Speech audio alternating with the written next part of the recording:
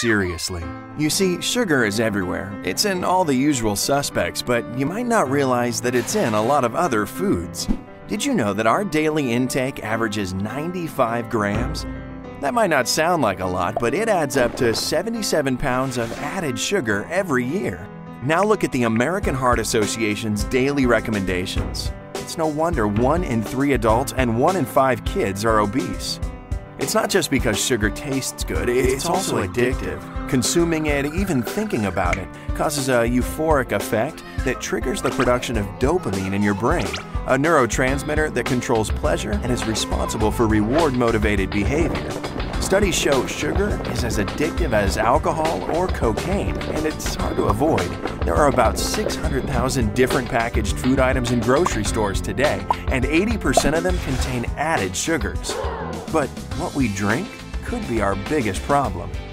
Guzzle just one of these beverages and you've more than filled your daily recommended sugar allowance. It's tricky. Did you know that food manufacturers use more than 30 different names for the most common sugars? So what's the problem? Well, sugars are carbohydrates that are roughly half glucose and half fructose. Consuming glucose makes your pancreas secrete a hormone called insulin, which, among other things, causes your body to store fat. Your liver deals with the fructose, but you can't do it in the quantities that many of us consume today. It releases some of it as fat, but most of that backs up in your liver cells. Now you've got a condition called insulin resistance. You're secreting more and more insulin in response to all the carbs in your diet, and even the proteins. The result? You get fatter, and you get fatty buildup in your now inflamed arteries. You're what some doctors call metabolically disturbed. Your body can no longer regulate itself. Eventually, it will kill you. Along the way, your pancreas might give out and you'll become diabetic.